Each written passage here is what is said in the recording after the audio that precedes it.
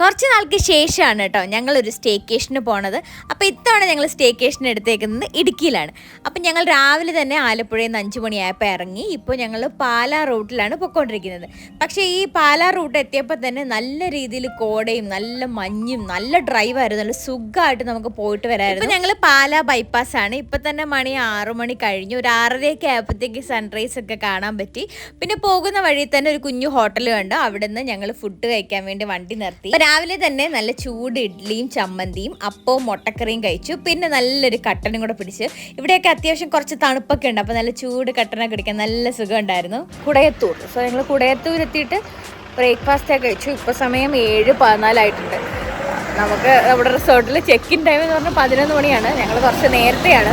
ട്രാഫിക്കൊക്കെ ഉണ്ടാവും എന്ന് കരുതിയിട്ട് ഞങ്ങൾ രാവിലെ ഇറങ്ങിയതാണ്. അതായത് ആലപ്പുഴയിൽ നിന്ന് 5 മണിയായപ്പോൾ ഞങ്ങൾ ഇറങ്ങി. പക്ഷെ നല്ല റോഡും അധികം തിരക്കൊന്നും ഇല്ലാത്തതുകൊണ്ട് ഓടി എത്താൻ പറ്റി. ഞങ്ങളുടെ മുന്നിൽ ഒരു 3 മണിക്കൂറുണ്ട്. 3 മണിക്കൂർ എന്തെങ്കിലും ഇതിനടുത്ത് എന്തെങ്കിലുമൊക്കെ ഉണ്ടെങ്കിൽ എക്സ്പ്ലോർ ചെയ്യണം. സിഗ്നൽ ഉണ്ട്. സിഗ്നൽ പ്രകാരം മാത്രമേ കടന്നു പോകാൻ പറ്റൂ. സിഗ്നൽ വന്നു.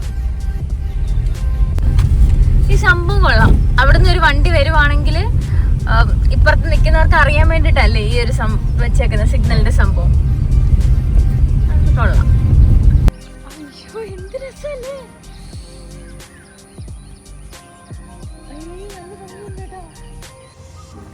ഭയങ്കര രസമുണ്ട്. എനിക്ക് ഭയങ്കരമായിട്ട് ഇഷ്ടമായി. ആ മരത്തിൽ നിന്ന് വെള്ള പൂ വീഴുന്നുണ്ട്. അവിടെ ഒരു ചേറൊക്കെ ഇട്ടുന്നുണ്ട്. ഇത് പ്രൈവറ്റ് പ്രോപ്പർട്ടി വല്ലോ അല്ല. അവിടെ അത് റിസോർട്ട് എന്തോ സംഭവം.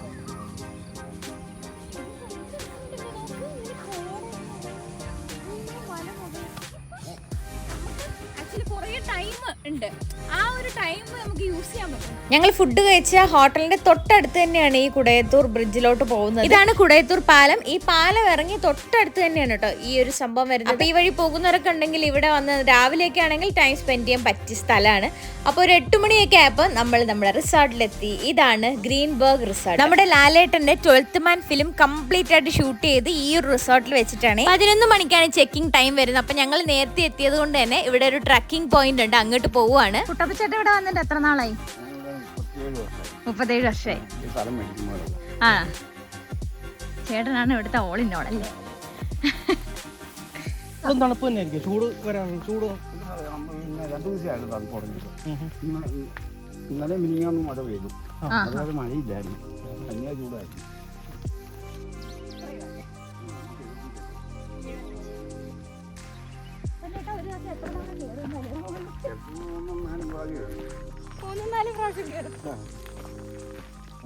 രണ്ടു മാസം മുമ്പ് 2 ആന ഇവിടെ ഇറങ്ങി വന്നായിരുന്നു. ഇതിന്റെ അപ്പുറം പിന്നെ ഫോറസ്റ്റാണ്. അതിലൂടെ ആന ഇവിടെ വന്നായിരുന്നു. ആന നമ്മൾ പോണ വഴി ആനയൊക്കെ റിസ്ക് എടുത്ത് നടന്നു വരും. പിന്നെ നമ്മൾ പടക്കം മുട്ടിച്ച് ഓടിക്കല്ലേ.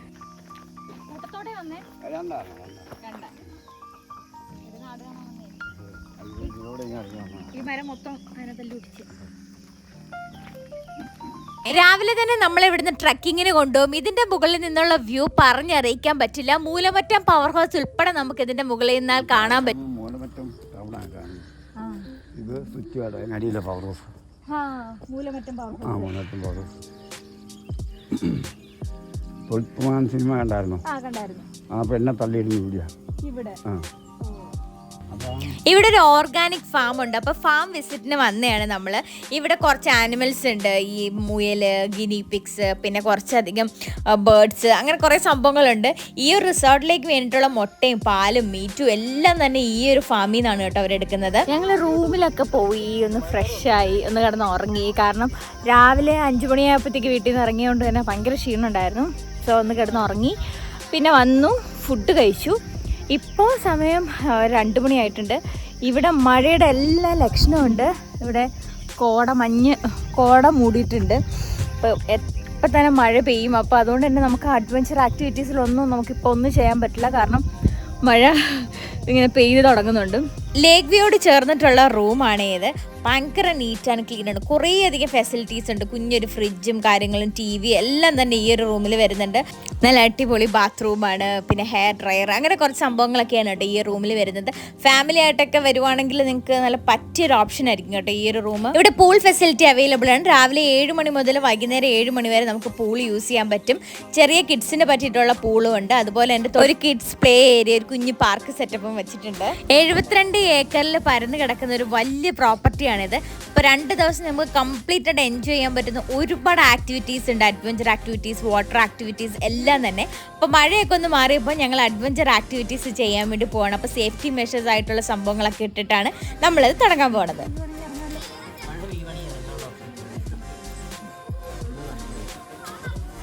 ഓപ്ഷൻസ് ഇല്ലാന്നോ?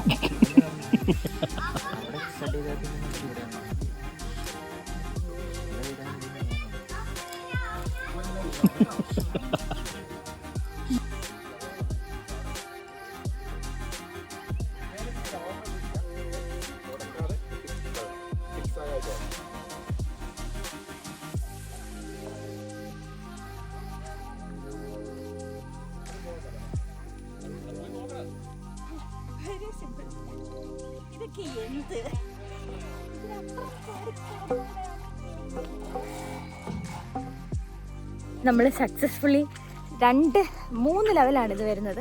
അപ്പോൾ അതിൻ്റെ 2 ലെവൽ നമ്മൾ സക്സസ് ആയിട്ട് കംപ്ലീറ്റ് ചെയ്ത് ഈസി ആയിട്ട്. അങ്ങനെയാണെങ്കിൽ 3ാമത്തെ ലെവലിൽ പോണത്. പക്ഷേ പ്രശ്നം എന്ന് പറഞ്ഞാൽ 3ാമത്തെ ലെവലിൽ ഹൈറ്റ് കൂടുതലാണ്. അപ്പോൾ എനിക്കിങ്ങനെ ഹോൾഡ് ചെയ്ത് പിടിക്കാൻ പറ്റില്ല. അപ്പോൾ അതുകൊണ്ട് 3rd ലെവലിലോട്ടൊന്നും പോയില്ല. 2nd ലെവൽ വെച്ച് കംപ്ലീറ്റ് ചെയ്തു. ഭയങ്കര നല്ല എക്സ്പീരിയൻസ് ആയിരുന്നു. എനിക്ക് ഭയങ്കരമായിട്ട് ഇഷ്ടമായി. ഇങ്ങനെ അഡ്വഞ്ചർ ആക്ടിവിറ്റീസൊക്കെ ചെയ്യാൻ ആഗ്രഹമുള്ളവരാണെങ്കിൽ നിങ്ങൾ ഈ ആക്ടിവിറ്റി എന്തായാലും ട്രൈ ചെയ്ത് നോക്കട്ടെ. നിങ്ങൾക്ക് നന്നായിട്ട് ഇഷ്ടപ്പെടും. നന്നായിട്ട് നമ്മൾ കോൺസെൻട്രേറ്റ് ചെയ്തിട്ട് നമുക്ക് ചെയ്യാൻ പറ്റും. നല്ലതാണ്. അഡ്വഞ്ചർ ആക്ടിവിറ്റി ഒക്കെ കഴിഞ്ഞപ്പോഴത്തേക്ക് വല്ലാത്തൊരു ക്ഷീണം. ഞങ്ങൾ ചായ കുടിക്കാതെയാണ് പോയത്. ഞങ്ങൾ വന്ന സമയത്ത് ടീ മാത്രമേ ഉണ്ടായിരുന്നുള്ളൂ. അപ്പോൾ എനിക്ക് കട്ടൻ മതി. അപ്പോൾ ആക്ടിവിറ്റി കഴിഞ്ഞ് വന്നപ്പോൾ ഞാൻ കട്ടൻ ചായ ഉണ്ടാക്കി വെച്ചപ്പോൾ കട്ടൻ ചായ ഉണ്ടാക്കി തന്നു. ഷുഗറുണ്ട്, ആവശ്യമുണ്ടെങ്കിൽ ഉപയോഗിക്കാം. നല്ല രസമായിരുന്നു കേട്ടോ. നല്ല എക്സ്പീരിയൻസ് ആയിരുന്നു. പിന്നെ ഫുഡൊക്കെ എല്ലാ ഫുഡും അടിപൊളിയാണ്.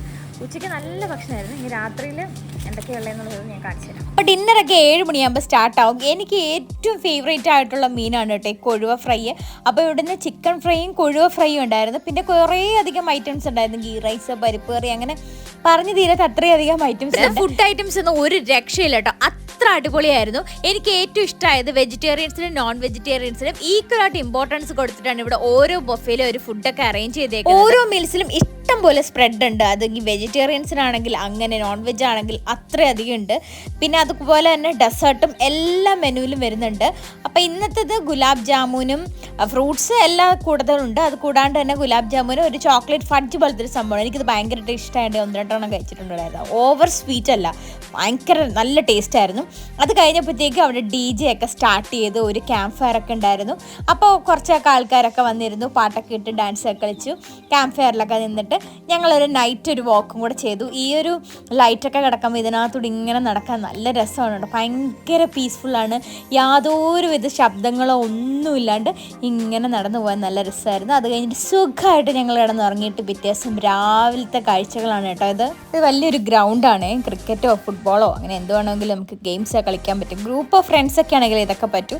ഇതെൻ്റെ റിസപ്ഷൻ ഏരിയ. തൊട്ട് താഴെ കാണുന്നതാണ് ഇവിടുത്തെ റെസ്റ്റോറൻറ്റ് വരുന്നത്. ഇവിടെയൊക്കെ ഇഷ്ടംപോലെ മരങ്ങളും കുറേ കായ്കളൊക്കെ പിടിച്ച് പോകുന്നുണ്ട്. പക്ഷെ അതൊന്നും കഴിക്കാൻ പറ്റില്ല എന്ന് എഴുതി വെച്ചിട്ടുണ്ട്. കഴിക്കുന്ന കുറേ കായ്കൾ വേറെ ഉണ്ട്.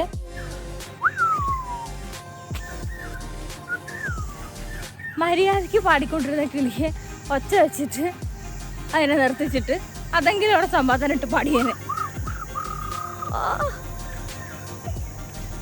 രാവിലെ 7 മണിയാകുമ്പോൾ തന്നെ പൂളിൻ്റെ സൈഡിൽ ടീയും കോഫിയും ഉണ്ടാവും. അപ്പോൾ നമുക്ക് ഇഷ്ടമുള്ളത് കുടിക്കാം. അത് കഴിഞ്ഞിട്ട് ഞങ്ങൾ നേരെ ബ്രേക്ക്ഫാസ്റ്റ് കഴിക്കാൻ പോയി.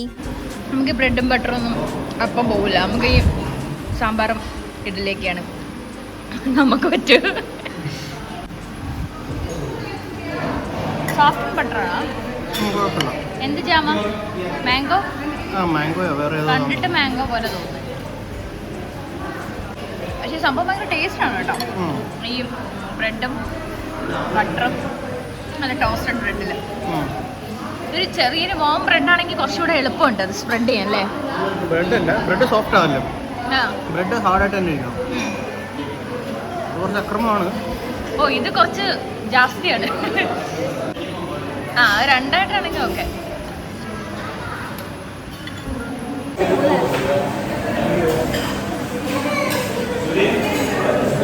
മധുരം ഭയങ്കര കൂടുതലാണ്. ശരിക്കും ഒരു പൂരി ബാജിയുടെ ഫാനല്ല, പക്ഷെ ഇവിടുത്തെ ഇത് കണ്ടപ്പോൾ ശരിക്കും കഴിക്കണമെന്ന് തോന്നി. ഓ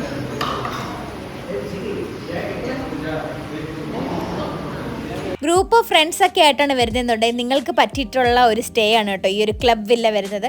ഇതിൽ തന്നെ DJ റൂമും ബാക്കിയുള്ള ഫെസിലിറ്റീസ് എല്ലാം തന്നെ ഇവിടെ വരുന്നുണ്ട്. അതുപോലെ കപ്പിൾസിൻ്റെ ഒക്കെ ആണെങ്കിൽ ഒരു ഹണിമൂൺ കോട്ടേജ് എന്ന പോലെ ഫ്രീം വില്ലാസ് ഉണ്ട്. ഏലത്തോട്ടത്തിൻ്റെ നടുക്കാണ് വരുന്നത്. അതിൻ്റെ എക്സ്പീരിയൻസ് ഒക്കെ അടിപൊളിയാണേ. വാട്ടർ ആക്ടിവിറ്റീസിൽ ഞങ്ങൾ സിപ്പ് ലൈനും ബോട്ടിങ്ങും ആണ് ചെയ്തത്. പെഡൽ ബോട്ടിംഗ് ആണ് ചെയ്തത്. ഇത് കൂടാണ്ട് കയാക്കിങ്ങും അങ്ങനെ കുറേ വാട്ടർ ആക്ടിവിറ്റീസുകൾ വേറെയും ഉണ്ട് കേട്ടോ. രാവിലത്തെ ബ്രേക്ക്ഫാസ്റ്റ് ഒക്കെ കഴിഞ്ഞിട്ടാണ് ഞങ്ങൾ ഈ വാട്ടർ ആക്ടിവിറ്റീസ് ഒക്കെ. അപ്പോൾ ഈ റിസോർട്ടിൽ വന്നിട്ട് കംപ്ലീറ്റ് ആക്ടിവിറ്റീസ് ഞങ്ങൾ എക്സ്പ്ലോർ ചെയ്തിട്ടാണ് കേട്ടോ ഇവിടുന്ന് ഞങ്ങൾ ചെക്കൗട്ട്. നല്ലൊരു സ്റ്റേക്കേഷൻ നോക്കുന്നവരാണെങ്കിൽ നേരെ ഇടുക്കി കുളമാവിലുള്ള ഗ്രീൻബർഗ് ഹോളിഡേ റിസോർട്ടിലേക്ക് വന്നാൽ മതി. അടിപൊളിയായിരിക്കും.